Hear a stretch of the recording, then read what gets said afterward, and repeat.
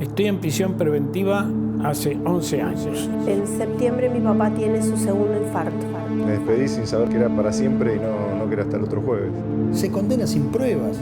Es un negocio monstruoso el que hay. Yo creo que la finalidad es que se mueran todos adentro. Yo siempre digo, a mí me lo llevaron bien y me lo devolvieron en un cajón. Nos arruinaron la vida. Es una venganza.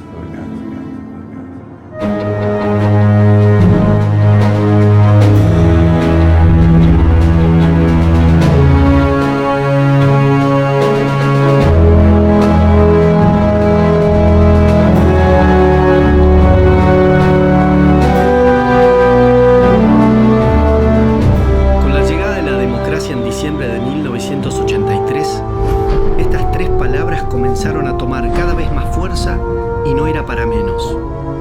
Los argentinos teníamos una gran necesidad de saber qué nos había pasado, qué había sido de miles de compatriotas y por sobre todas las cosas que se hiciera justicia. Con el tiempo, esas palabras dejaron de representar su real significado y se fueron acomodando un relato falaz y a la medida de intereses que poco o nada tenían que ver con la preservación de la memoria para no volver a repetir errores, con la verdad y con la búsqueda de justicia.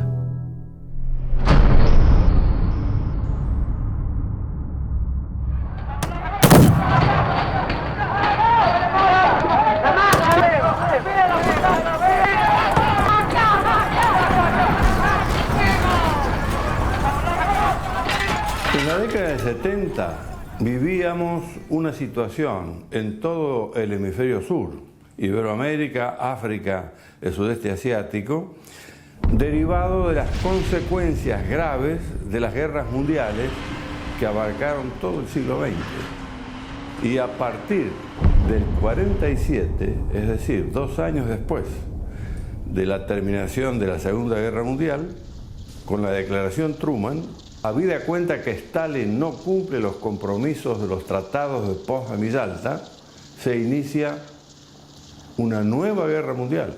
Y a esta se le llamó fría porque estaba la presencia del artefacto nuclear, de los arsenales químicos y bacteriológicos. El artefacto nuclear quedó para disuadir solamente. Se llegó a la elaboración de la doctrina de la mutua destrucción asegurada. Pero como estaba impedido ese camino, se extiende el espectro de conflicto a las formas más primitivas de la violencia, el terrorismo. Y en la década del 70 estábamos en el cenit de esa guerra mundial, absolutamente diferente a las dos anteriores, que estaba planteándose un conflicto de culturas, es decir, una forma de vivir. Las repúblicas imperiales que estaban inhibidas en el norte nuclearizado de emplear el artefacto nuclear o de agredir con los medios convencionales, pelearon su guerra fría como guerra caliente en el hemisferio sur, que no estaba nuclearizado. Y sí sorprendieron a los estamentos políticos y militares de países subdesarrollados culturalmente, no solamente económicamente, que no entendieron qué era esta nueva agresión con medios impensados, a través de guerras civiles revolucionarias que cabalgaban los conflictos internos de cada estado. Ahí encontramos a Iberoamérica en una situación inédita.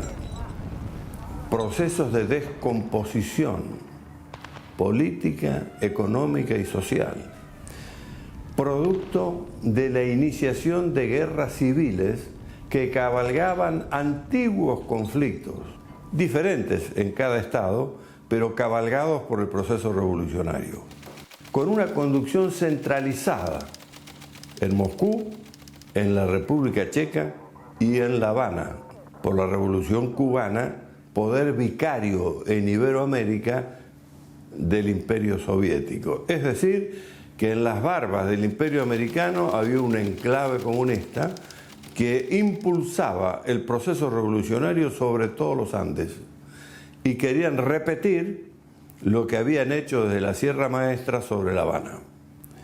Para ello, repito, se cabalgaba la crisis interna, que en ese momento era peronismo-antiperonismo. Era un conflicto social que hoy le llaman grieta, pero la grieta es muy antigua en la Argentina. Año 59, ingresan oficiales y suboficiales del ejército cubano por las quebradas del norte a Salta e instalan en Orán la primera escuela de formación de cuadros oficiales y suboficiales revolucionarios para la guerrilla. Se iniciaba una agresión por invasión, como lo dice el Tata Joffre en su último libro, Fue Cuba. Pero la Argentina ignoraba la posibilidad de esta agresión. Es más, entendía que la guerra mundial en acto no tocaba a Iberoamérica, que era un problema de las superpotencias. Y teníamos un problema estratégico acá, que se le dio tratamiento de seguridad pública. Actuó la policía. La Cámara Federal de lo Penal de la Nación se creó en el año 1971. Fue un diseño del ministro de Justicia, el doctor Jaime Perrió. Jaime Perrió había advertido que las fuerzas policiales y los juzgados federales, inconexos entre sí y desparramados por todo el país en donde se desarrollaban las actividades subversivas, estaban siendo superados ampliamente por la subversión y no eran eficaces. Entonces pensó en oponerles un organismo que tuviera asiento o jurisdicción en todo el país. Durante los casi 2 años que tuvo vigencia la Cámara Federal de la Nación, no hubo una sola impugnación de sus sentencias, no hubo una sola denuncia de torturas, no hubo ningún desaparecido. En realidad no nos tomó de sorpresa la disolución de la Cámara Federal, porque ya lo preveíamos allá en el mes de noviembre del año anterior.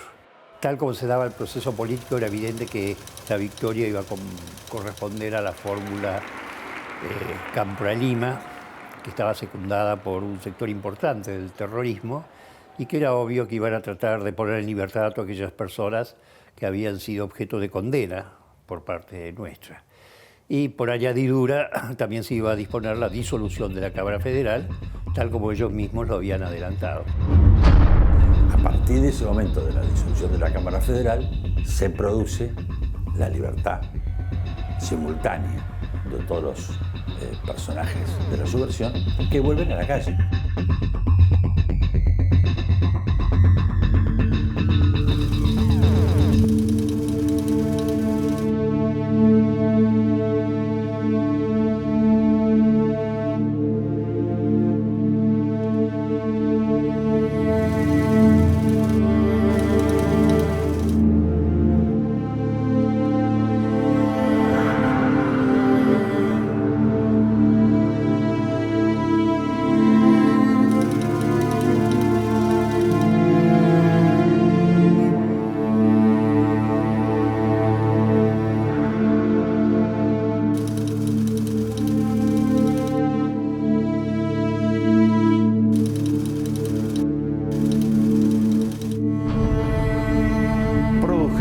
Un promedio en 8 años de 10.800 hechos de terrorismo. Había un promedio en algunos lapsos de 3 hechos de terrorismo diario.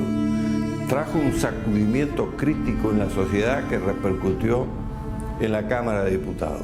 Hay que leer los discursos de ese momento de la oposición y del oficialismo, que gritaban desde el recinto al Poder Ejecutivo que esto no podía continuar, que era vergonzosa la situación que se estaba viviendo, ahogados en sangre.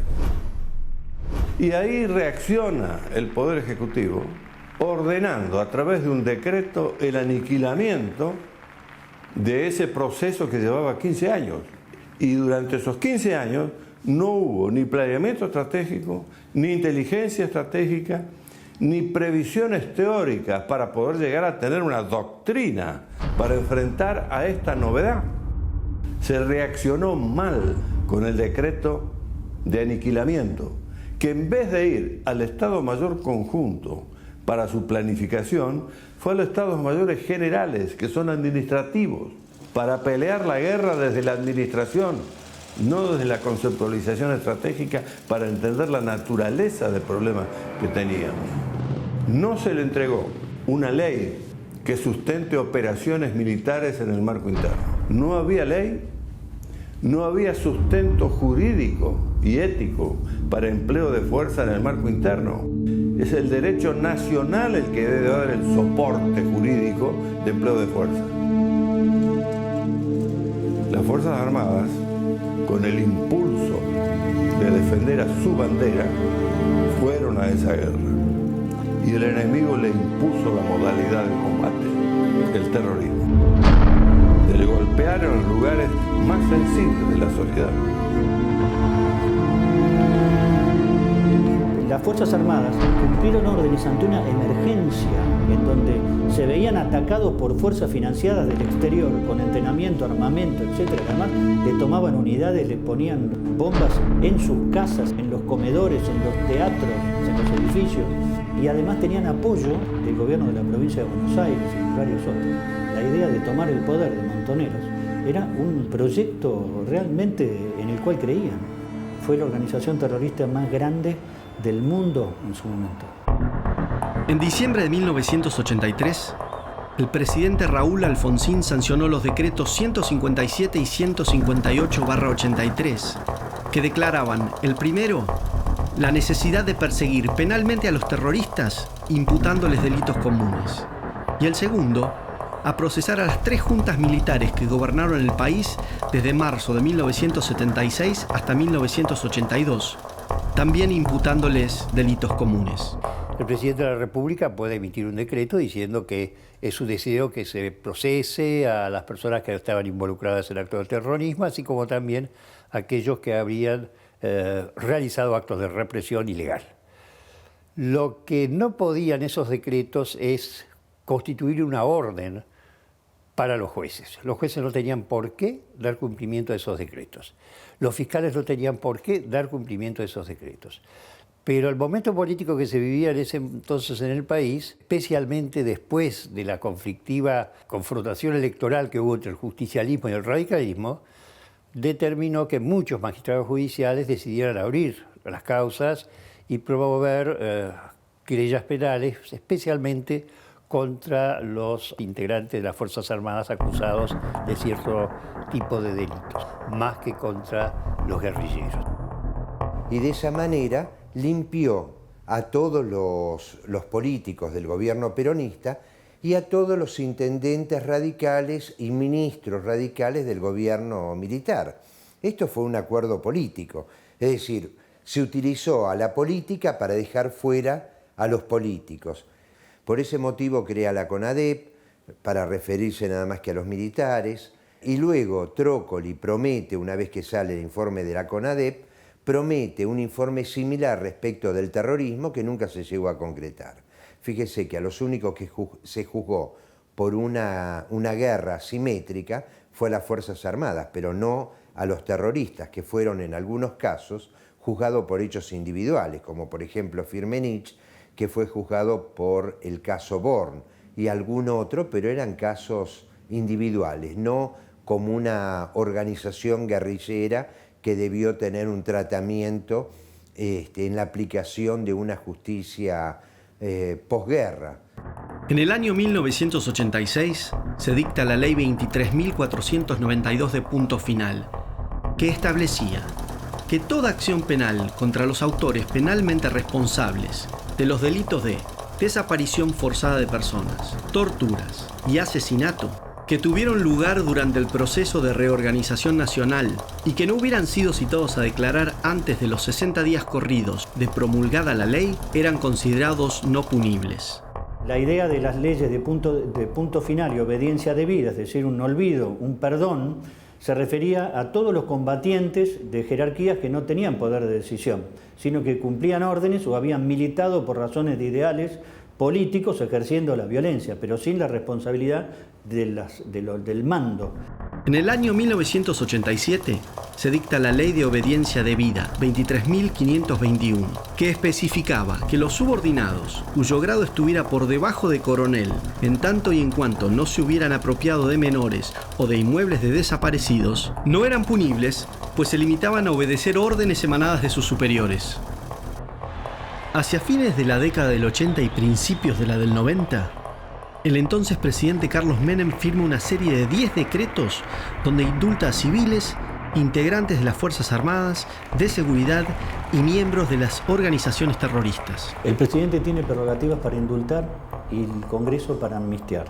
Una de las aberraciones que han ocurrido en todo este proceso fue toda esta emocionalidad puesta al servicio de determinados intereses y decretar, por ejemplo, la nulidad de las leyes de obediencia debida y punto final es un disparate, porque son la pacificación nacional y la unión nacional son dos finalidades que se le otorgan no al Poder Judicial, se le otorgan al Poder Legislativo y al Ejecutivo. Y los instrumentos son el indulto y la amnistía, uno a cargo del Ejecutivo, el otro a cargo del Congreso. Y son decisiones irrevisables por el Poder Judicial.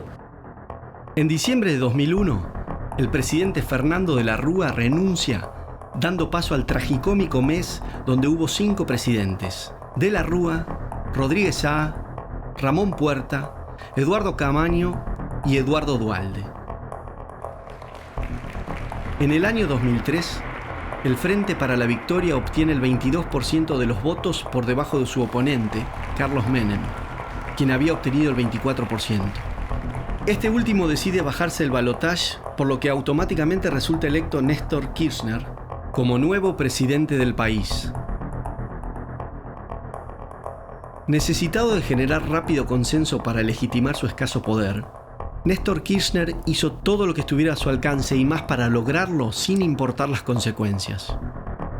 Había que buscar un enemigo lo suficientemente malvado a quien cargarle con todos los males de la Argentina. Y las Fuerzas Armadas y de Seguridad eran los enemigos perfectos, pues su poder de respuesta era prácticamente nulo. De esta manera, conseguía consenso con las agrupaciones de izquierda. Yo lo he visto a Kirchner seleccionar esos jueces y yo lo he visto a Kirchner reunirse con ellos antes de ser designados. No me lo contó nadie, estuve en todas las reuniones. Y lo que Kirchner les decía es, ustedes están para actuar con total independencia, nunca los van a llamar de la Casa de Gobierno. Así era, ¿eh? Y no estoy mintiendo, vayan y pregúntenle a cualquier juez de la Corte. Me tengo 2 problemas que para mí son problemas de Estado, los derechos humanos y la posible dolarización de la economía. Salvo esos 2 temas que me preocupan enormemente, pues se están ventilando en la justicia, la verdad es que nosotros no tenemos ningún interés en ningún tema. Y estos temas nos preocupan porque son políticas de Estado.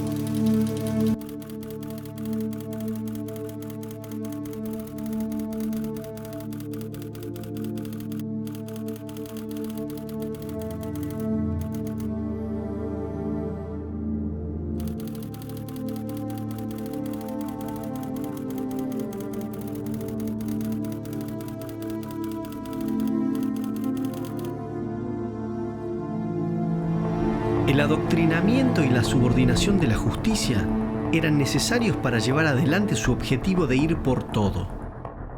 Luego vendrían el copamiento de los medios de comunicación, la cultura, la educación y las empresas estratégicas.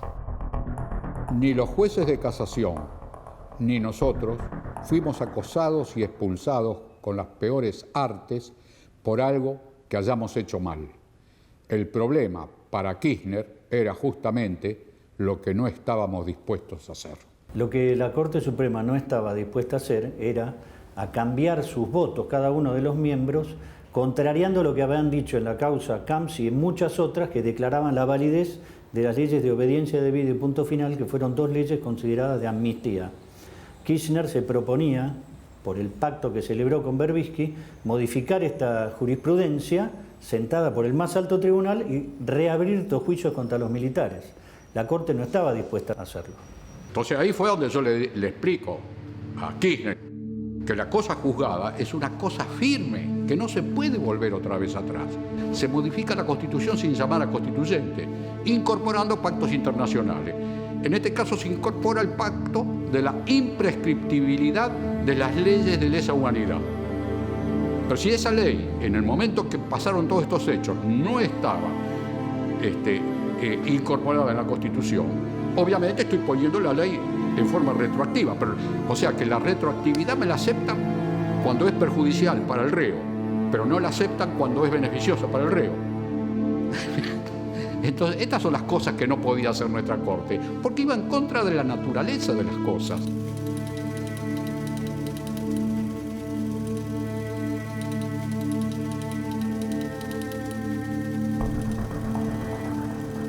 De esta manera, se logró asegurar la voluntad del máximo tribunal del país en materia de derechos humanos, consiguiendo 3 objetivos fundamentales: enjuiciar a las Fuerzas Armadas y de Seguridad, violando todos sus derechos humanos; bloquear a la justicia federal con causas de lesa humanidad, impidiendo que miembros del gobierno tuvieran que responder ante la justicia por delitos de corrupción, narcotráfico y enriquecimiento ilícito a los que Néstor Kirchner no era ajeno; y perseguir a la oposición con procesos judiciales, en particular si estaban vinculados a los años 70. A mi criterio, no era necesario hacer cambios en la Corte Suprema. De hecho, los cambios fueron muy aplaudidos porque decían se terminó con la mayoría automática, pero la verdad es que fue hecho mediante un proceso que nunca se había visto en la Argentina. Siempre, hasta en los gobiernos de facto, se le permitió a los ministros de la Corte renunciar o plantearle alguna disidencia frente a frente. Jamás se los presionó con llevarlos públicamente al escarnio del juicio político, como hicieron el gobierno kirchnerista a través del senador Falú, haciéndole un escrache público a los jueces y acusándolos nada más que por los fallos que habían dictado. La gente los aplaudió, pero nosotros que trabajamos en la justicia federal nos dimos cuenta que era una bajada de línea completa para toda la justicia federal, en especial la justicia federal penal. Más de 100 miembros del Poder Judicial fueron perseguidos, denunciados, presionados o extorsionados para que se adaptaran al nuevo régimen judicial o dejaran vacantes sus puestos.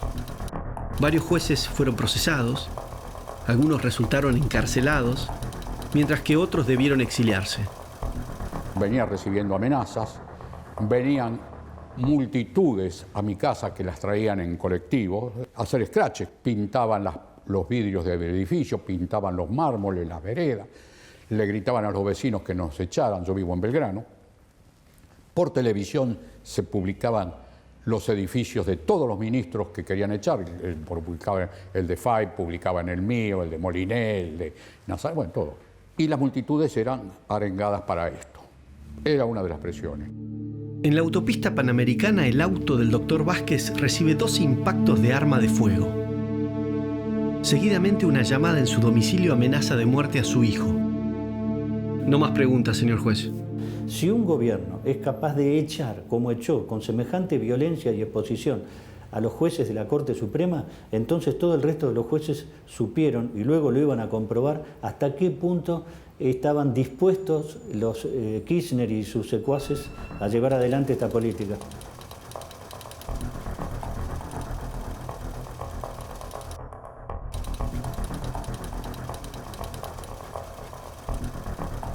El plan de tener una justicia propia a la medida ya estaba en marcha. Comenzaba el vamos por todo. Tanto la Ley de Obediencia Debida como la de Punto Final fueron declaradas constitucionales por nuestra Corte Suprema de Justicia por la totalidad de sus miembros. Por eso llamó la atención en el año 1998 que el Congreso resolviera derogar esas leyes. La única explicación razonable que se podía dar es que estaban comenzando a sentirse nuevos vientos políticos, nuevos aires políticos en la República, que no estaban de acuerdo con lo que se había hecho hasta ese momento en materia de tratar de concretar una reconciliación en la sociedad argentina. Pero más grave fue lo que aconteció unos años después, en el 2003, cuando se declaró nulas las leyes de Punto Final y Obediencia Debida. Porque si bien el Congreso pudo derogarlas, con lo cual no se aplicaban de ahí para adelante, pero los efectos de esas leyes se cumplían plenamente, al declararlas nulas, lo que pretendía el Congreso era que esas leyes se tuvieran como que no existieron jamás, que no podían ser dictadas. Sin embargo, fueron dictadas por el Congreso de un gobierno constitucional, por un Congreso que muchos de los integrantes en el año 2003 lo habían integrado años atrás, Con lo cual fue sumamente criticada esa decisión del Congreso, particularmente por la Academia Nacional de Derecho. Esto lo hicieron a través de una ley de nulidad. Una ley de nulidad que es una aberración jurídica. Porque, por ejemplo, no declara la nulidad de los indultos de los terroristas. Declara la nulidad de los indultos de los militares. El Congreso no puede declarar la nulidad de sus propias leyes, porque cada uno tiene una función. El único que puede declarar que una ley es inconstitucional o nula es el Poder Judicial, no el Congreso. Tan es así esto que necesitaron también que la Corte convalidara esta ley, porque después la Corte sí dice que esas leyes eran nulas y cambia la jurisprudencia. Aparte, esta ley de nulidad declara nulas leyes que también a su vez habían sido derogadas, porque ya punto final y obediencia debida había sido derogado, pero habían tenido efecto. Mientras tuvieron efecto, esos efectos fueron válidos y siguen siendo válidos. Yo he dado conferencias en Europa. Cuando yo les cuento de que una ley declaró la nulidad de otras leyes que habían tenido efecto y que tenían cosas juzgadas judicial además, no me lo pueden creer. Si yo puedo declarar la nulidad, que es mucho más grave, de una ley penal, puedo declarar la nulidad de leyes civiles. Vamos a suponer que yo llame a una convención constituyente que tiene el mismo rango que tenía la de 1816 y declara la nulidad de nuestra independencia. ¿Cómo va a declarar la nulidad de cosas que tienen efecto cumplido? O sea, seríamos todos de vuelta españoles. Es un disparate esto de declarar la nulidad de leyes por el mismo órgano que la dictó. Llamó poderosamente la atención que esos indultos, que también habían sido declarados válidos por la Corte, en un momento dado, esa misma Corte, en el año 2005, los declara inválidos. La única explicación es que había cambiado la filosofía jurídica que existía en la mente de la mayoría de los nuevos jueces de la Corte, según los cuales, en la medida que se indultaba a personas que estaban involucradas en la comisión de hechos de delitos de lesa humanidad, tales actos no podían ser aceptados por el ordenamiento jurídico argentino. Sin embargo, no había ninguna norma, ni hay ninguna norma que impida el indulto de una persona que haya estado involucrada en un delito de lesa humanidad. Los juicios se reabrieron, en definitiva, cuando se declara la invalidez de las leyes de obediencia debida al punto final, cuando se advierte un deseo de los jueces de seguir la línea de pensamiento político que tenía el gobierno de Kirchner, cuando se advierte en muchos magistrados judiciales un deseo de complacer no solamente a ciertos sectores de la sociedad, sino también a ciertos sectores que habían accedido al poder. Y lo que nosotros podemos decir es que esos juicios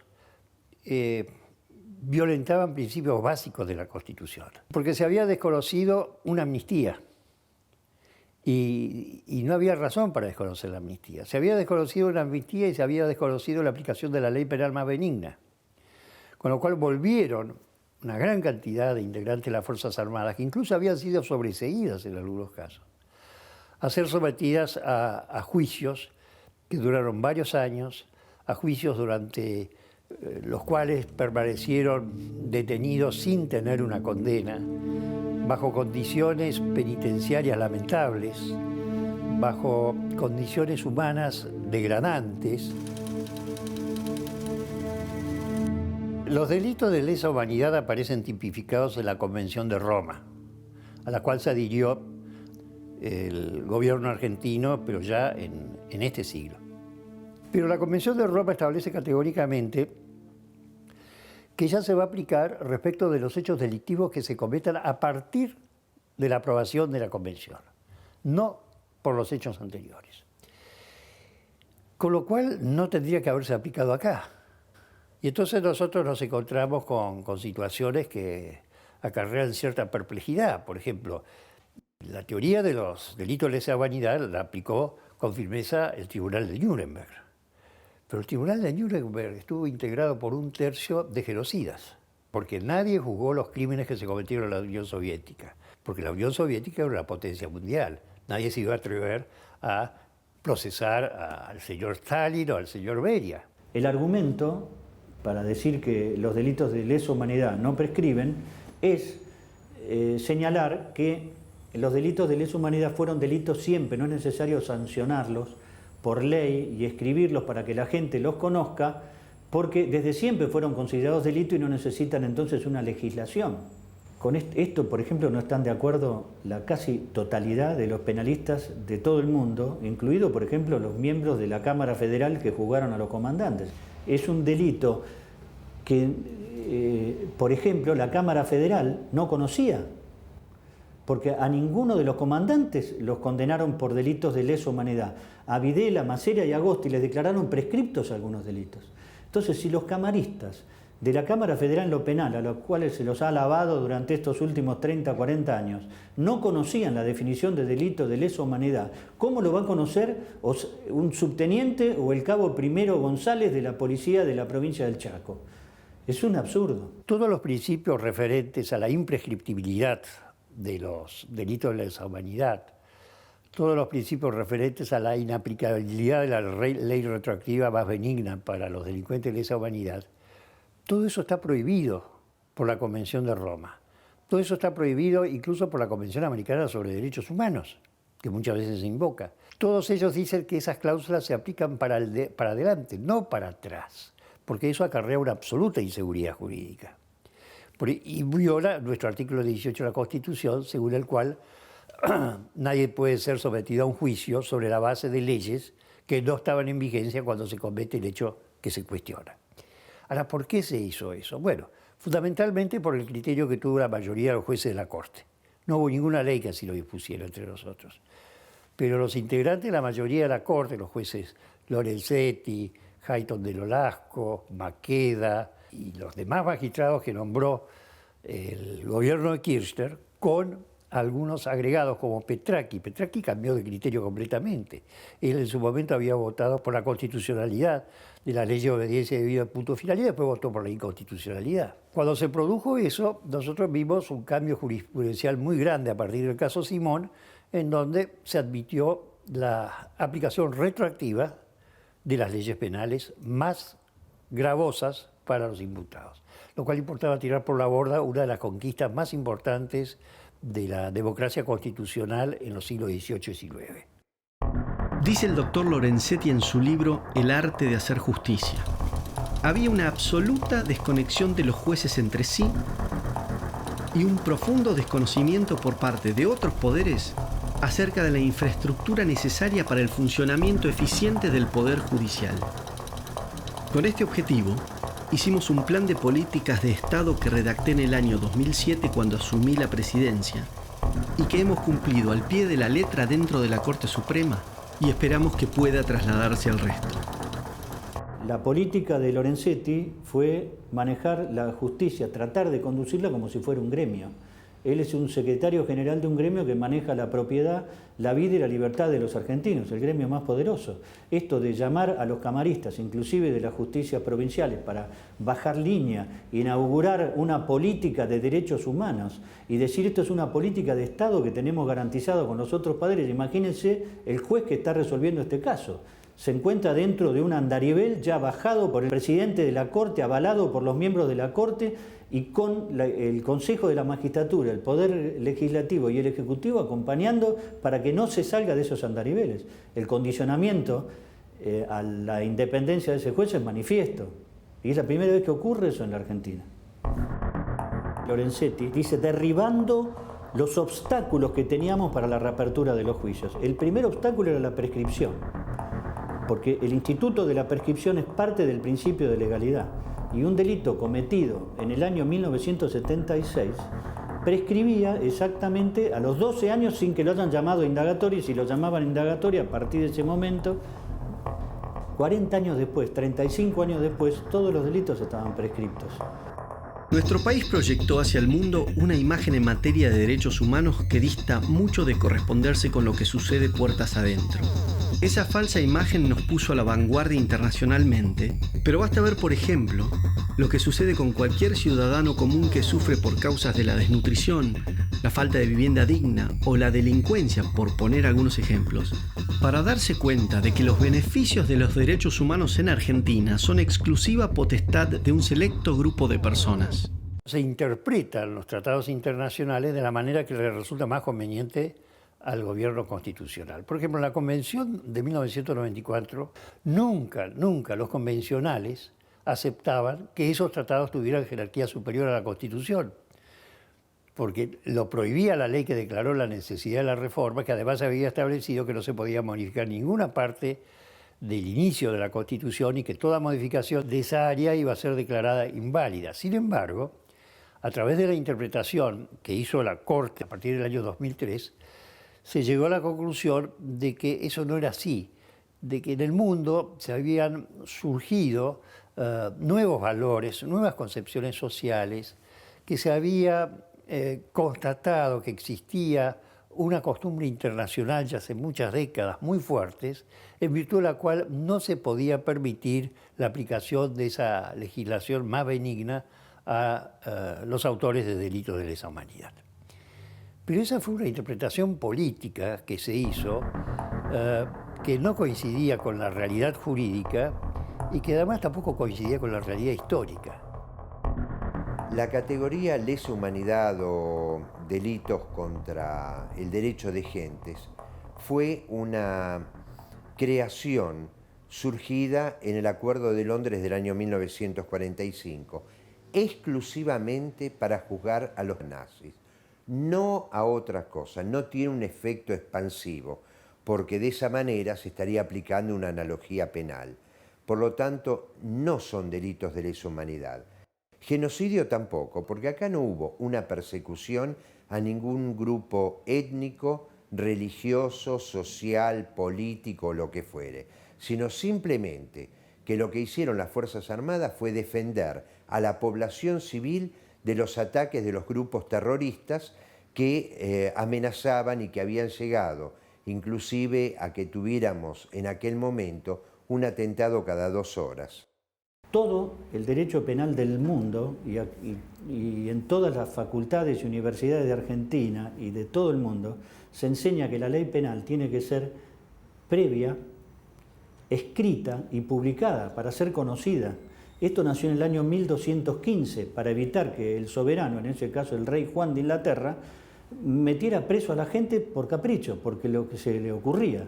El Ejecutivo siempre va a querer de algún modo cumplir un interés y la forma más rápida que tiene es incumpliendo la ley. Los jueces garantizan que cuando se quiera detener a una persona, siempre parta de una causal que esté antes legislada, es decir, escrita y publicada para conocimiento de todos. Esto es lo que se llama principio de legalidad. La instauración de justicia legítima, proclamando que los jueces deben abandonar la imparcialidad, un valor destacado en todo el mundo. Imagínense un juez parcial, un juez militante. Cuando un país se embarca en una aventura semejante y cuenta con la complicidad del Poder Judicial, el Legislativo y el Ejecutivo, ¿a qué se llega? A lo que es hoy Venezuela. Ninguna cárcel argentina cuenta con una infraestructura seria para atender casos gerontológicos y más casos de estrés agudos o crónicos.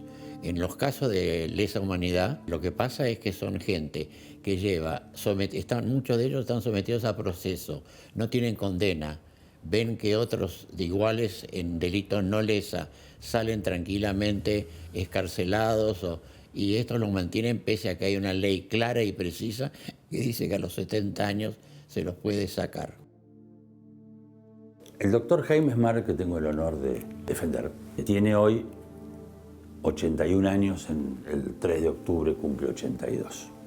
Está en prisión porque se desempeñó entre el 76 y el 79 como ministro de Gobierno de la provincia de Buenos Aires durante el proceso. Entonces lo procesan ahora formalmente por ese desempeño, diciendo que las fuerzas policiales y del servicio penitenciario dependían administrativamente de él y que él le suministraba los medios para actuar.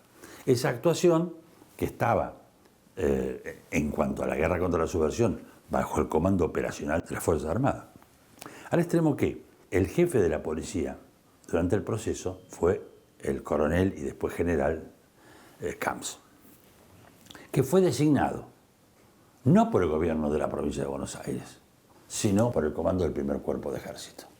Smart nada que ver en la designación del CAMS. El marco normativo en que se desarrolla la guerra contra la subversión se inicia en el gobierno constitucional, que establece que todas las fuerzas pasan a depender operacionalmente de las Fuerzas Armadas y convocan a las provincias a que hagan lo mismo con sus propias fuerzas de seguridad, es decir, las fuerzas policiales y penitenciarias de todo el país. Todas las provincias, sin ninguna excepción, lo hicieron. ¿Sí? El único ministro de gobierno que está preso es Smart. Fue el único de los sobrevivientes de la Cámara Federal que se animó a estar en el gobierno militar. Smart debía pagar venganza. Ahora, es curiosísimo, ¿no? Porque solamente fue sometido a proceso en los hechos ocurridos en el ámbito de CAMS, en lo que se llamaba el circuito CAMS. Y no en Bahía Blanca, ni en Balcarce, ni en Azul, ni en Mar del Plata, solamente en La Plata. Y ahí sabemos muy bien que la justicia federal de La Plata fue organizada por los elementos que alguna vez fueron llamados subversivos. Una persona puede estar detenida en la Argentina 3 años y medio, ¿sí? Sin sentencia definitiva firme, condenatoria. Smart lleva 16. Estoy en prisión preventiva hace 11 años. Me acusan de que yo concurría a la ESMA a visitar presos. Eso no es cierto y se demostró durante todo el transcurso del proceso, donde se presentaron 800 personas entre terroristas, familiares y testigos. Ninguno de los 800 me conocía. Presenté pruebas que no fueron consideradas, sino más bien ellos tomaron de esas pruebas, que eran los viajes que yo había hecho, mi pasaporte diplomático donde estaban las distintas fechas que yo había ido al extranjero, pero cuando se dieron cuenta que yo durante 2 años no había participado, me tomaron nada más que el año 77. Además me habían acusado de 305 casos de muerte, tortura, violación, de todos los peores crímenes que uno se puede imaginar, de personas que yo jamás conocí, jamás vi. Lo que a mí más me llamó la atención, cuando empieza el tribunal oral, ahí nombran a 205, pero distintas de esas 300, salvo una que coincidían. Me huele a que hay un tema político donde van poniendo o van armando la acusación de acuerdo a conveniencia. Cuando pude disponer del expediente, empecé a verificar las pruebas por las cuales me inculpaban. Entonces, tomo la primera prueba y es una acusación que hace un grupo determinado, donde da la formación y la cantidad de personas que actuaban en los grupos de tareas, 109 personas. Y ninguna prueba, ninguna, me nombra a mí, ni me acusan de que yo haya pertenecido al grupo de tareas, ni que yo los haya visto o que haya tenido algún altercado o alguna acción hacia ellas. Mi papá van a ser 8 años que está detenido. Es un preso político que está detenido. Estuvo detenido en Marcos Paz y actualmente está detenido en la unidad de adultos mayores de Ezeiza. Específicamente, y lo que dice el juez Rafecas en su auto de procesamiento, es que si bien él estaba destinado en ese lugar, y si no participó, tuvo que haber visto, y si no vio, tuvo que haber escuchado, y si no escuchó, algo tuvo que haber sabido. Son las palabras de él. Mi papá era suboficial de Fuerza Aérea con el cargo de cabo primero. Yo creo que está detenido porque alguien tiene que haber que haya estado. Bueno, es él, podría ser otro. Le tocó a él. Y así como él, hay muchos otros que están ocupando un lugar. Uno de los motivos por los cuales a él le deniegan el arresto domiciliario es porque podía haber peligro de fuga o entorpecimiento y que él había cometido maniobras para ocultar su identidad. Totalmente falso. Acompañé copia de la matrícula de abogado que estaba vigente y también manifesté que él había ido a votar. O sea que él no se estaba ocultando de nada ni de nadie. En el año 2005 había tenido un infarto y la verdad es que nos preocupaba que no pudiera tener su medicación y por todas sus patologías no pudiera estar equilibrado y no pudiera continuar el tratamiento. Fue muy difícil lograr que le hicieran los estudios necesarios. Todo el momento encontramos muchas trabas. Él estuvo un tiempo sin tomar su medicación y es muy irónico porque el tribunal decía que estaba supeditado a lo que dijera el informe del forense. El informe que eleva el forense en su escritorio con un estetoscopio dice que mi papá está estable y equilibrado, por lo cual a él le niegan el arresto domiciliario. En septiembre mi papá tiene su segundo infarto adentro del penal, por el cual estuve 19 horas peleando por su traslado al hospital aeronáutico o algún hospital que tuviera unidad coronaria. Él estuvo tirado en la guardia del hospital de Marcos Paz, que no tenía cardiólogo, no tenía unidad coronaria. Sabíamos que por otras historias que el camino de la descompensación en Marcos Paz es el camino de la muerte. Cuando yo llegué al hospital de Marcos Paz, lo encontré descompensado en una camilla, todo lleno de sangre, no de él, sino quizás de otras personas que habían estado heridas ahí. Él estaba acostado en la camilla, pálido, con una cara de haber pasado una noche terrible y bueno, todo sucio. Cuando me acerqué, tenía en su mano apretado el electrocardiograma que le habían hecho en el HPC de Marcos Paz, donde estaba detectado el infarto. Y me lo deslizó, me agarró de la mano, me lo deslizó y me dijo, esta es la prueba. Él creía que se iba a morir, que no iba a pasar esa situación y me estaba dando la prueba para que yo pudiera probarlo. Toda cárcel crea por su situación, por el solo hecho de estar encarcelado y sometido a la inquietud, al miedo de todo lo que puede ocurrir, y todo el conjunto carcelario crea un estado que se llama el estado de distrés, que es un estado patológico de aquel que está sometido durante largo tiempo a un estrés. Lo detienen acá en Buenos Aires, acá a la vuelta de mi casa. Ahí se lo llevaron a tribunales en La Valle. Ahí pasó la primera noche. Papá tenía 71 años.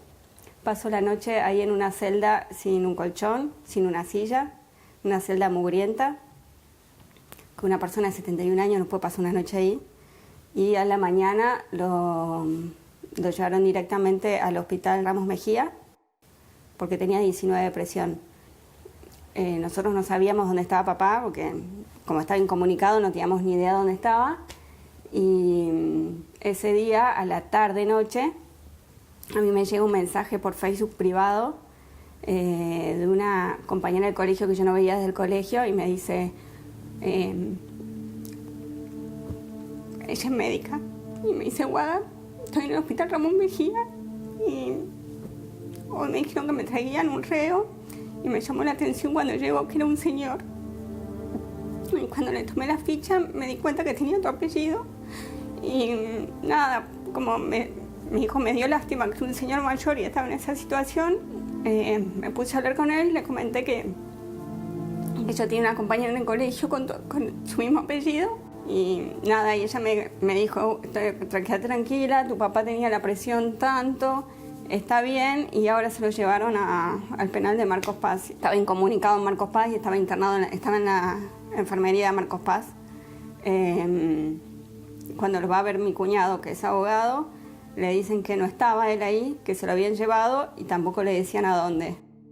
Papá tiene 74 años y está en una cárcel común que no está preparada para tener a gente mayor enferma, porque papá es hipertenso, es diabético.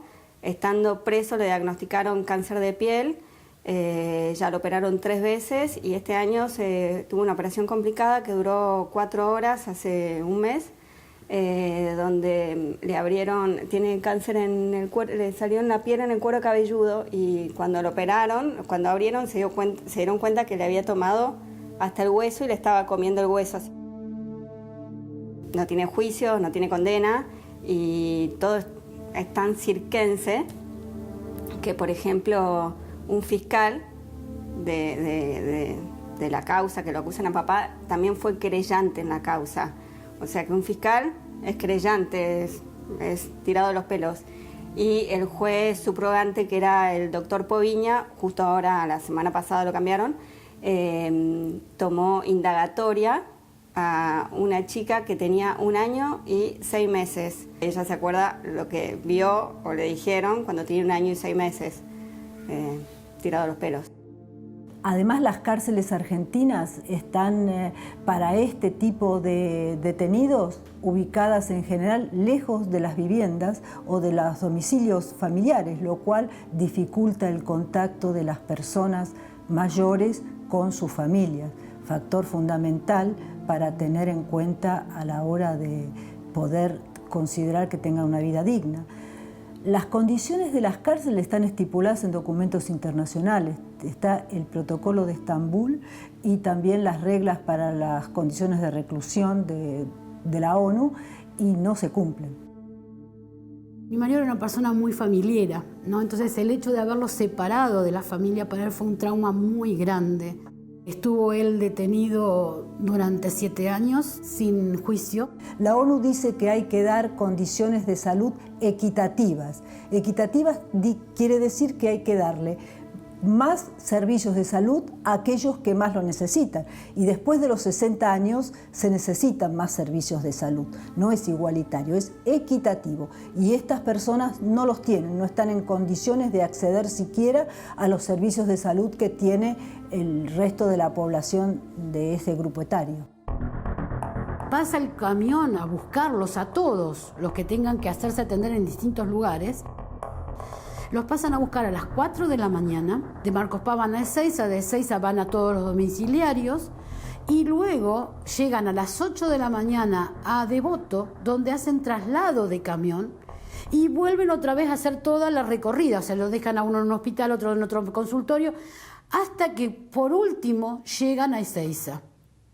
Cuando llegan a Ezeiza, desde las 4 de la mañana, que estuvieron sin agua, sin comida, sin nada, llegan a Ezeiza a las más o menos 5 de la tarde y el médico que lo tenía que haber atendido ya no está. Fueron 5 veces que lo llevaron de esa manera. Entonces fue así, fue pasando el tiempo, mi marido cada vez fue agravándose más, había perdido 14 kilos. Cuando comienza el juicio, no llegó a hacerse atender por todos los turnos que yo le había sacado, porque había sacado turno al cardiólogo, al gastroenterólogo, a todas las cosas que tenía que hacerse, que él en uno de los, cuando estaban acá, se descompone. Y entonces los jueces lo trasladan al hospital de Olavarría. Cuando le hacen la tomografía, la endoscopía, perdón, detectan que lo que tiene es un cáncer de esófago. Yo pensé que lo iban a trasladar al hospital militar enseguida. Lamentablemente no, siguió el juicio, estuvo unos 4 días más acá hasta que entraron en un receso. Y yo también pensé, digo, bueno, cuando siga el momento del receso lo trasladarán al hospital. Y no, lo llevaron a Marcos Paz. En junio de 2015 le dan el arresto domiciliario y lamentablemente el 23 de agosto del 2015 falleció. Él era una persona muy alegre. Era muy cariñoso, para mí era todo. Mi compañero, como siempre digo, mi esposo, mi compañero, mi hermano, mi padre, mi todo, mi todo. Era una persona maravillosa, era una persona que, o sea, muy correcto, ¿sí? Era una persona justa realmente, no. Era bárbaro, era bárbaro. La impunidad gerontológica es algo que en abril del 2015 sancionó, promulgó o instruyó la Fiscalía General del Estado, a cargo de la Gilles Carbó, se instruyó a todos los fiscales para que se opusieran absolutamente toda medida morigeradora. Por eso los informes de ellos son, todo siempre está bien, además los informes periciales cada vez son peores, son más cortos, y ahí rige o la venganza en los que defienden, en los que representan a las fiscalías, porque se oponen a todo, o el miedo, que es lo que impera en el cuerpo médico forense. Mi padre fue condenado 2 veces por el mismo hecho. Él tenía un sobreseimiento definitivo en torno a 2 causas, y esas 2 causas se la volvieron a abrir en el año 2005. Hemos sufrido agresiones por parte de las organizaciones de derechos humanos, que de derechos humanos tienen muy poco porque siempre fueron agresivos, violentos. Eso nos daba la pauta de que no estábamos ante una situación normal. El presidente de la Corte Suprema, una vez en una reunión, dice: no sería posible el llevar adelante los juicios de lesa humanidad sin el aporte económico de Holanda, Francia e Inglaterra. Listo, aquí terminó todo, no tengo que preguntarme más por qué suceden las cosas que suceden, porque está todo dicho. Es un negocio monstruoso el que hay. Entonces, ¿qué les puede importar que se hayan muerto, por ejemplo, detenidos, presos, algunos condenados, otros con prisión preventiva eterna, si el presidente del máximo tribunal del país está sosteniendo la mentira por una cuestión económica? Cuando nosotros le hicimos un pedido al ministro de Justicia acerca de que la Secretaría de Derechos Humanos de la Nación funcione como querellante del Estado argentino, nos contestaron tristemente de que eso era una obligación. Si el Estado es el encargado de acusarme, castigarme y pone todos sus órganos para hacer eso, entonces nosotros estamos totalmente desvalidos. Porque ellos dicen que hay una independencia de poderes, o sea que el Ejecutivo, el Judicial y el Legislativo no tienen nada que ver en las cuestiones de los juicios de lesa humanidad, que cada uno actúa en su ámbito diferente. Entonces yo le digo, ¿por qué la Secretaría de Derechos Humanos querella? Si la Secretaría de Derechos Humanos no pertenece al Legislativo ni al Judicial, pertenece al Ejecutivo. Entonces hay una inmiscusión de uno de los poderes sobre el otro. ¿Y qué es lo grave? Que ellos están avalando juzgamientos irregulares, están avalando procesos irregulares, y eso es un delito, porque lo está haciendo el Estado. El ministro Garabano en su momento nos decía de que esto era imposible separar. La Secretaría de Derechos Humanos está a cargo de Abruj, y Claudio Abruj en un primer momento estaba muy reticente hasta recibir una nota nuestra en la que le pedíamos, le insistíamos que se aparten. Siempre el tribunal, cuando advierte que ya empieza a haber preguntas que ponen en jaque al testigo y que están demostrando que no está diciendo la verdad, enseguida se los protege. Enseguida se los protege bajo un argumento de evitar una revictimización.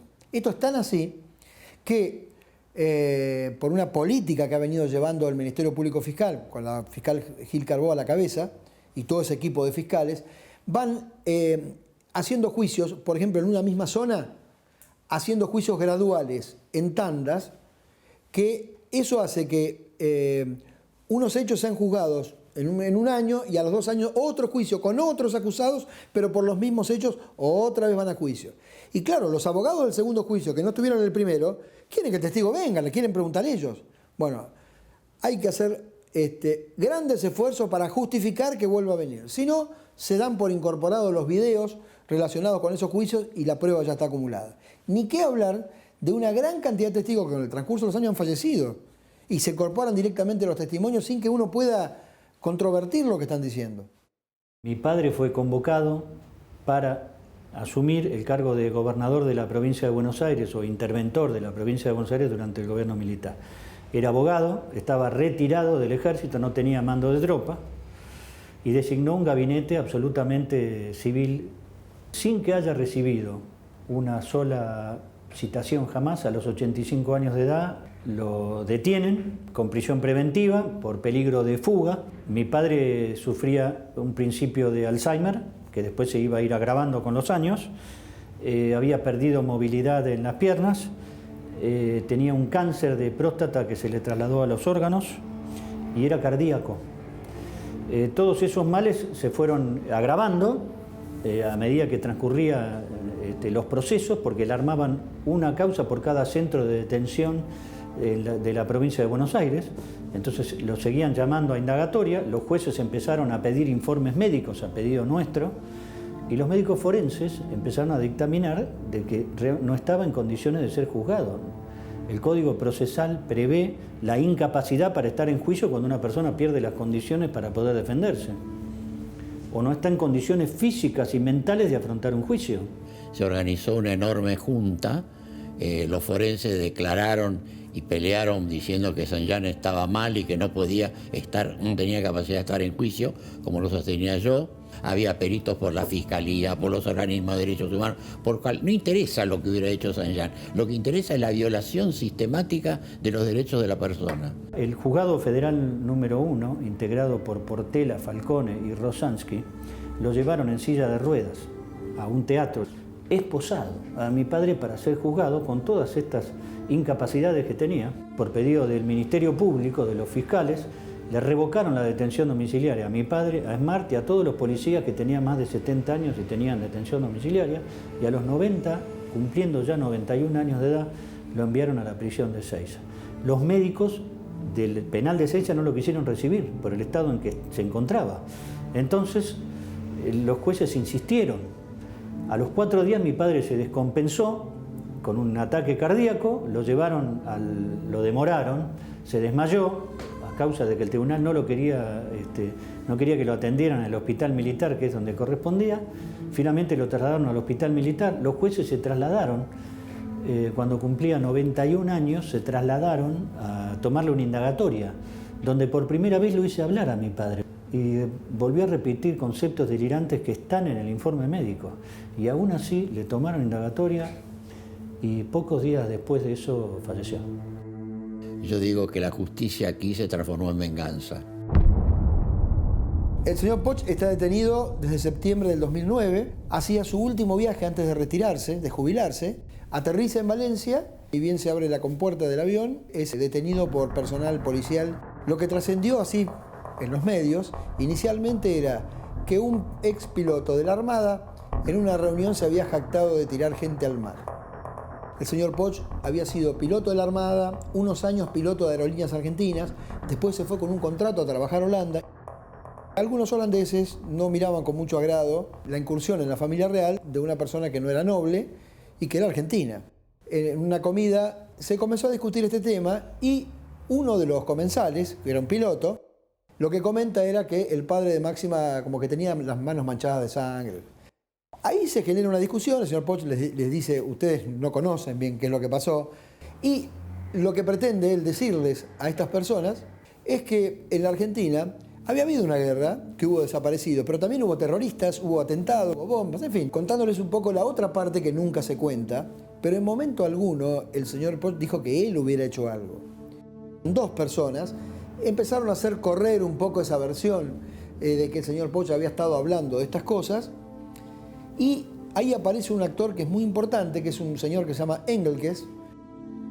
Uno de estos pilotos les dice, yo con este piloto no quiero volar más. ¿Pero por qué? No, porque cuenta historias que no me gustan, empiezan a contar toda esta fábula que se fueron armando ellos. Este tercer hombre vio que podía ser para él una gran oportunidad para convertirse en un ciudadano del mundo y se le ocurre transmitirle esto a un fiscal holandés. El fiscal holandés, al que le llega la versión de que un ex piloto argentino de la Armada Argentina había confesado haber tirado gente al mar, en el 2008 recién se contactan con las autoridades argentinas, especialmente con el juez Torres, que ya desde el 2003 venía investigando esta causa de la ESMA. Hasta que ocurrió eso, el señor Poch no sabía ni que existía acá en Argentina. No había nada. Entonces es una mentira decir que el señor Poch había muchas pruebas con él y esto fue algo más. Eso es mentira, es una absoluta falacia. El juez Torres, en vez de colaborar con el fiscal holandés, lo que quiere es capitalizar la situación, consigue permiso de la Corte Suprema y se va a Holanda a tomarles declaración a estas 3 personas. Ni las autoridades holandesas, ni mucho menos el doctor Torres, le avisan a Poch que iban a tomar estas declaraciones, de modo tal que él pudiera haber puesto un abogado holandés que lo represente. Se hizo toda esta prueba, toda esta investigación a sus espaldas. El doctor Torres regresa a la Argentina, inmediatamente inicia un pedido de captura internacional, un exhorto a las autoridades, al Reino de Países Bajos. Se hizo una actividad coordinada entre Holanda y España, que en ese momento, ahora cambió su jurisprudencia, en ese momento España ya había habido antecedentes de personas detenidas por estas causas y que eran extraditadas a la Argentina. Hoy España ya no extradita más porque para España, como corresponde, estos delitos están prescriptos. En el preciso momento que Poch era detenido en el aeropuerto de Valencia, en ese mismo momento fue allanada su casa por personal policial que estaba aguardando el ok de que Poch haya sido detenido. Hoy agradecemos que se haya hecho ese allanamiento, porque en el desván de su casa, en el altillo, encuentran las libretas de vuelo que él las había conservado de su época de piloto de la Armada. Y eso fue un elemento muy importante que la Fiscalía hizo un enorme esfuerzo para tratar de destruir esta prueba, porque primero esas libretas demuestran cuáles eran los aviones que Poch podía volar. Un piloto, para ser piloto de un avión, tiene que tener la capacitación específica de ese avión, y mucho más aviones complejos. Uno ve el historial de Poch, y Poch es piloto de aviones de caza y ataque. Es extraditado a la Argentina, y a partir de ese momento venimos con esta lucha. Con mucho esfuerzo logramos que la Cámara Federal de Apelaciones advirtiera lo que estaba pasando, y nos habilitó la posibilidad de que pudiéramos viajar a Holanda y tomarle declaración de vuelta a estas personas. Cuando los pilotos vieron lo que las actas decían que ellos habían dicho, estaban desesperados. Dije, yo no dije esto. Todos los compañeros de Poch, que aparte de apreciarlo, sabían que esto no podía ser cierto. Había algunos que habían estado en esa cena, en esa comida, y que sabían que no había habido tal confesión. Sabían que había habido una discusión, pero que el señor Poch nunca dijo, yo hice esto. Si las personas que lo habían acusado ya estaban reconociendo que él no lo había dicho, si habíamos demostrado que él nunca había sido piloto de ninguno de esos aviones y que para poder ser piloto tendría que haber tenido una capacitación que no la tenía, y que esto obedece, pese a lo que la fiscal ha intentado decir en el juicio, la defensa, por nosotros, la defensa sostiene que Poch está acá por una supuesta confesión. No, él está sometido a este juicio por la gran cantidad de pruebas que hay en su contra, no hay ninguna. ¿Qué nos terminó contestando la Cámara? Lo bueno sería discutirlo en un juicio oral. ¿Qué ocurrió? El señor Julio Poch entra en un juicio oral donde en ese momento había más de 60 acusados, y es un juicio que ya estamos por cumplir 5 años. En la década del 70 Gregorio tenía el cargo de cabo en la escuela de suboficiales. Él pertenecía a Fuerza Aérea. Lo detienen acá en casa y lo llevan, ¿no es cierto?, ese día a Córdoba, a la Policía Federal. A mí me dicen que por poquitos días, por una semana, pero pasaron varios años. Cuando lo llevan al año, él le da pancreatitis agudas, o sea, él lo operan de vesícula y queda con una dieta muy estricta. Yo tenía que viajar de acá de Altagracia a Córdoba, de Córdoba a Buenos Aires, a San Miguel, y San Miguel alojarme y después remis, porque a Campo de Mayo no tenía medios de movilidad. Lo operan un 15 de noviembre para sacarle el tumor que tenía en el intestino, la cual le ponen bolsa de colostomía. A los 15 días que le estaban por dar el alta y teóricamente le iban a dar el domiciliario, le dan peritonitis, la cual no tenía mucha esperanza de vida, pero bueno, él sobrellevó todo eso, de vuelta a operación, cambio de bolsa de colostomía al otro lado, así que él la pasó muy difícil. Le dan, ¿no es cierto?, el alta, la cual me dijeron que bueno, que yo tenía que viajar para recibirlo en la casa, que eso pasaba un día o 2 días y iba a venir la asistente social a ver mi casa, así que yo tuve que gastar plata, la que no tenía, porque tuve que poner aire acondicionado, pintar, arreglar su habitación para que todo esté, ¿no es cierto?, porque me habían dicho que tenía que tener una higiene impresionante en su habitación. Pusimos aire acondicionado, tratamos de arreglar, tratamos de cambiarle la cama, tratamos de todo acomodarle, ¿no es cierto?, Y nunca, o sea, después cuando yo viajo después, como no venía, le dan el alta, lo pasan a Campo de Mayo y me entero que no, que le habían anulado su salida al domicilio. Para los jueces podía seguir detenido. Incluso lo llevaban a Mar del Plata a declaración, así de entrado como estaba, lo llevaban a declaración y lo llevaban a la mañana, a la madrugada y lo traían a la noche, a las 11, a las 12 de la noche. Se tenía que aguantar el viaje, ida y vuelta, y a lo mejor llegaba y a las 5 de la mañana lo sacaban para irse al hospital a hacerse las quimios. Muchas peleas con los médicos y todo, ¿por qué? Porque no le hacían las quimios.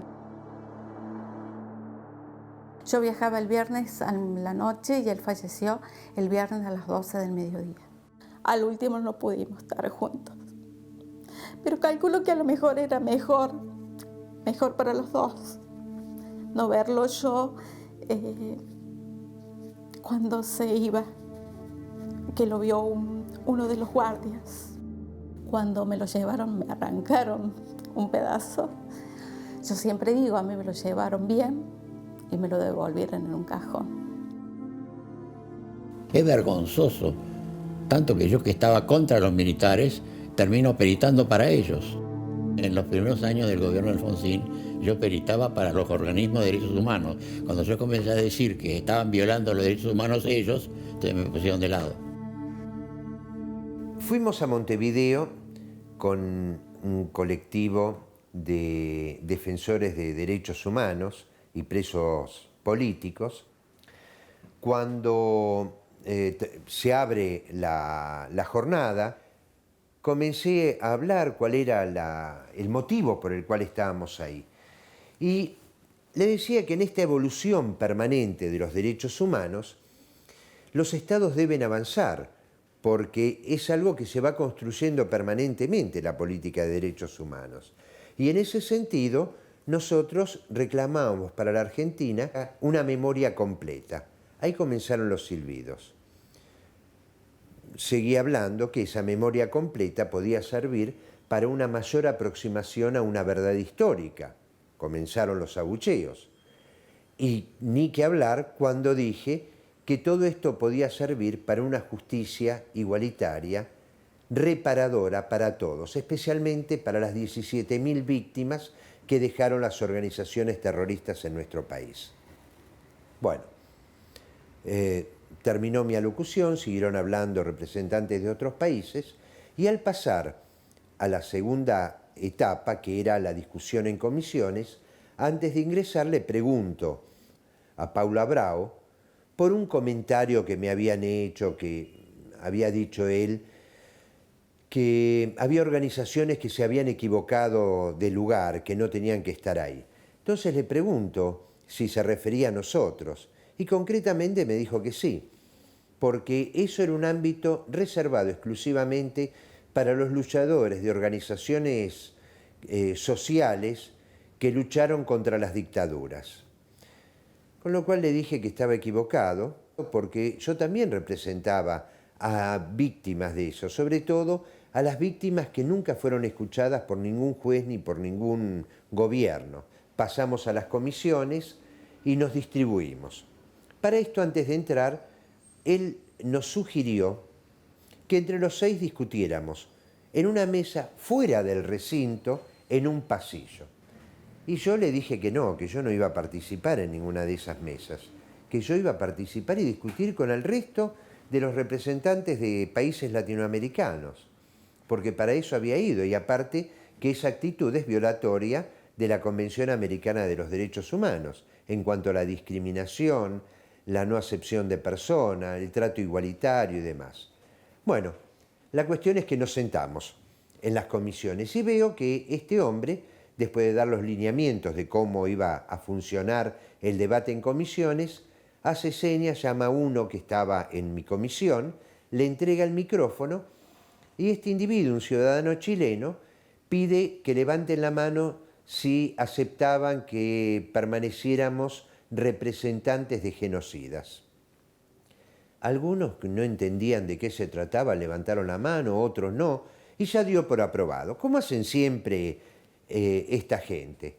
Dieron por aprobado, comenzaron a aplaudir, a hacer barullo, batifondo para que no fuéramos.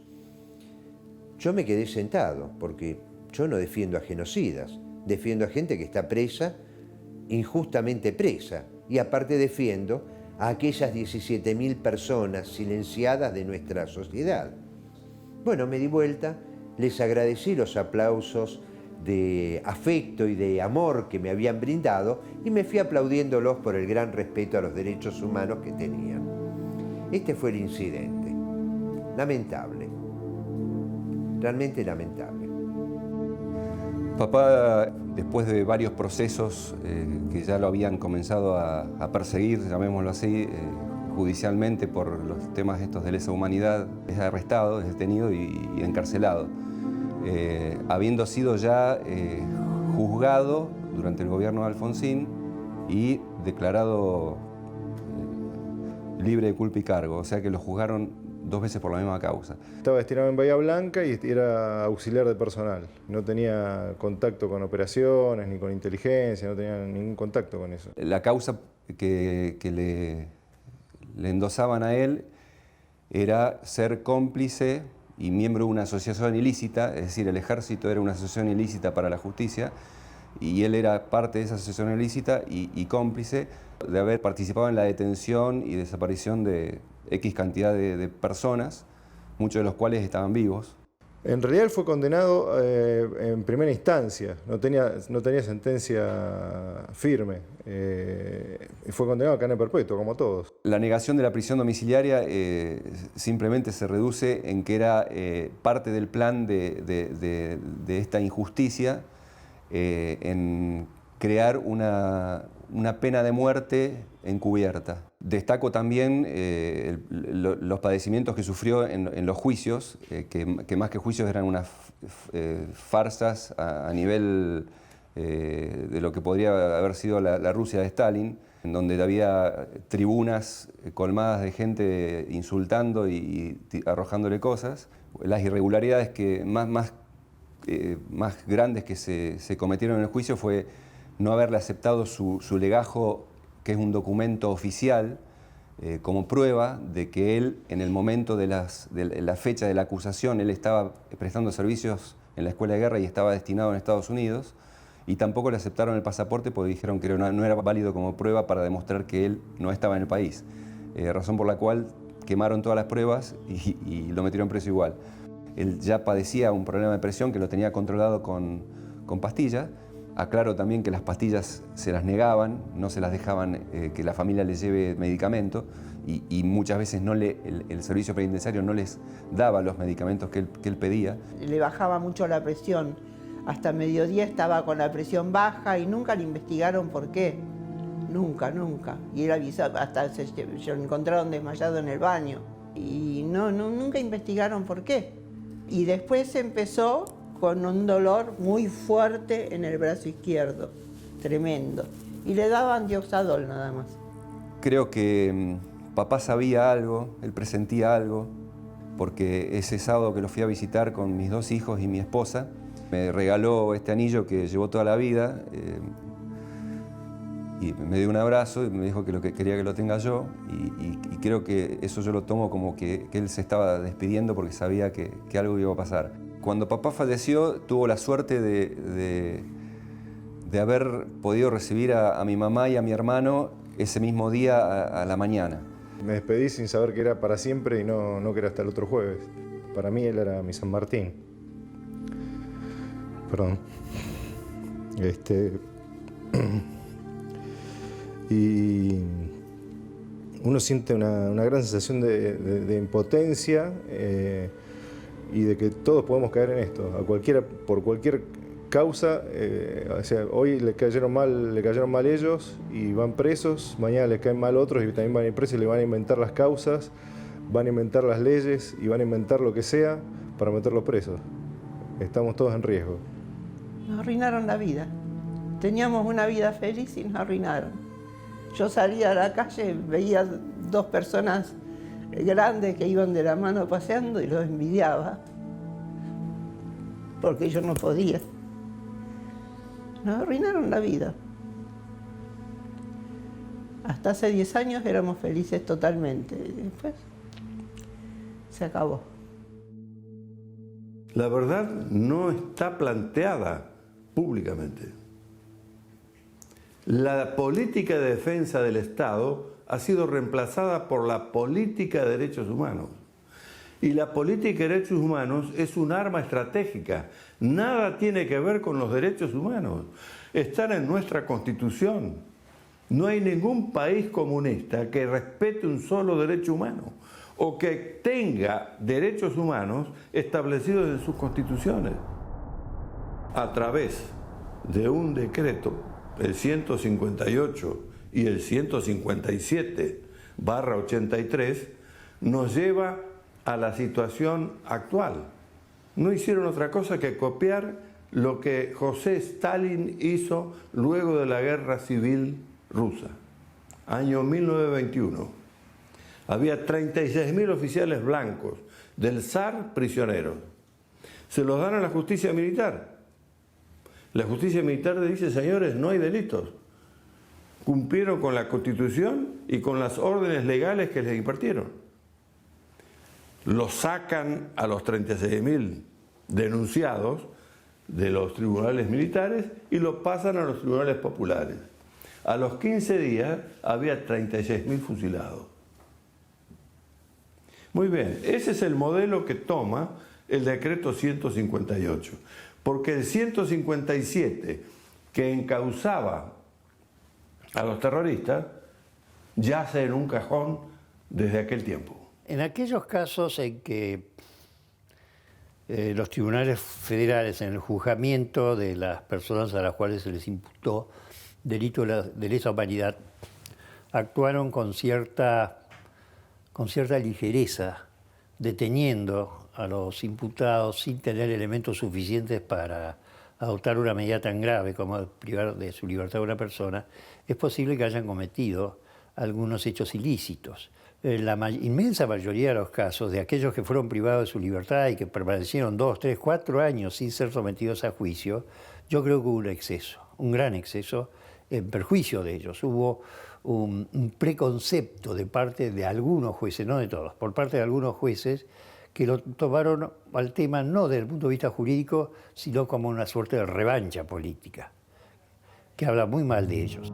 Es una terrible paradoja que el Estado, que ordenó a las Fuerzas Armadas hacerse cargo de terminar con el tema de la violencia ejercida contra toda la sociedad por los grupos armados terroristas, y ante la incapacidad de una clase política que no estuvo para nada a la altura de las circunstancias, hoy sea querellante en los juicios de lesa humanidad, que permita que personas ancianas sean denigradas en falsos juicios, que se los condene de antemano, que sufran todo tipo de maltrato, tanto físico como psíquico, que se les niegue tratamiento médico y que se los abandone a su suerte.